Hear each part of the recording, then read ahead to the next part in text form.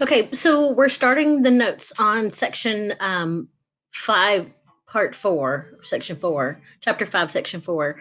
And I'm going to come back to all of this right here because it'll be easier to explain once I show you how the questions are going to change. So they're going to give us the details of the contextual situation. Here we're analyzing sleep habits of college students. The study found there's the mean and the standard deviation. Notice that's the mean and the standard deviation of the entire study. So it's of the population. But then they say random samples. There is your key word right there. We're dealing with samples. We've got 100 samples that we picked from however many that were in the study. They didn't tell us how many, they did not tell us how many were in the study, but they did tell us that they took 100 of them. And then they're going to ask us to find the mean and the standard deviation of the sample.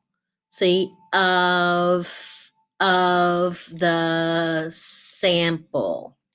So that's the key point right there, that we are no longer, they gave us the mean and the standard deviation of the population, but the mean and the standard deviation of the sample is not going to be the same. So let me go back now and let's talk about this. When you draw a sample from a population, the first thing you have to know is, can we guarantee that our sample will be normal? Because if you can't guarantee that your sample will be normal, then you can't do any calculations. So there's two different ways you can determine that your sample is going to be normal. And that's what this is showing you right here. The two ways that you can guarantee that your sample is going to be normal is if they tell you that your population is normal. You see right here, we've got a normal population. If we have a normal population, we're going to have a normal sample. But what happens if your population is not normal? If your population is not normal, you can still have a normal sample as long as you take a big enough sample size. So somebody figured out that a sample size bigger than 30 or greater than or equal to 30 is what you have to have. So again, the central limit right here, the central limit theorem tells us that there's two ways that we can guarantee that we have a normal sample. Let me see if I'll summarize this for you. Whoops. So the summary is two ways to ensure a normal, that's what we're interested in, sample. A normal, I can be more specific here, distribution.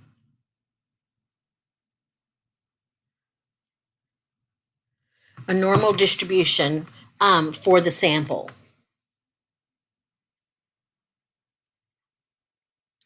So there's two ways to ensure that. One, the population is normal.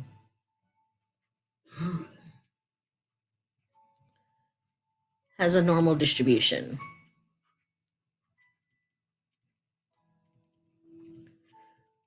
And two, the other way to guarantee it is if the population is not normal, the sample size will have to be greater than or equal to 30. Okay, if your population is normal, I don't care about how big your sample is. Your sample size can be any number. That means any sample size.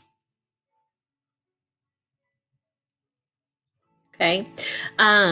If you don't have a normal distribution for the population, then just be sure that your sample size is greater than 30.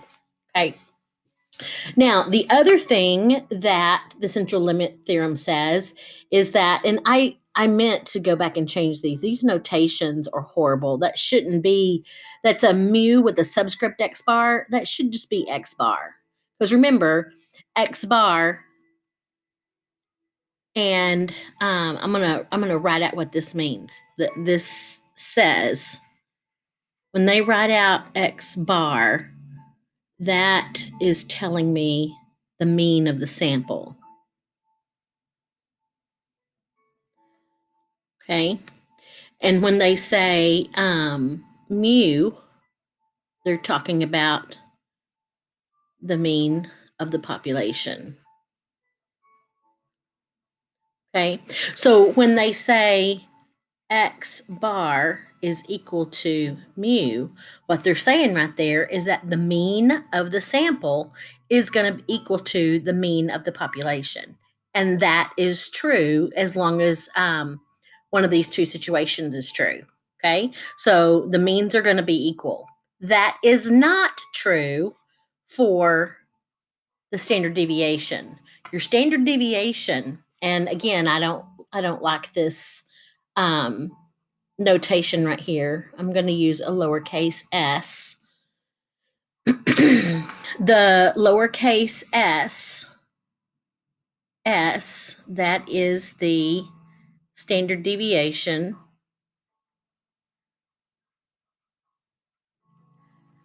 It is the standard deviation of your sample.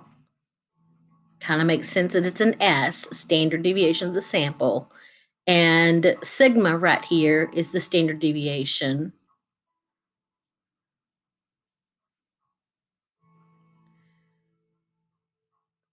of the population. Okay. And S is always smaller than sigma.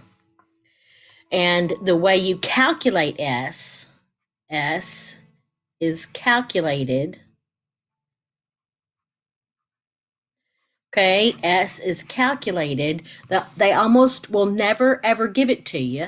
You calculate it. They're going to be giving you sigma. S is calculated, and you're going to take the population standard deviation and divide it by the square root of your sample size. Okay, S is calculated. Now, the problem that you're going to have, and you'll see in just a minute, is that you're going to want to use your calculator probably for a lot of these. And I'll make sure that I show you how to use StatCrunch as well.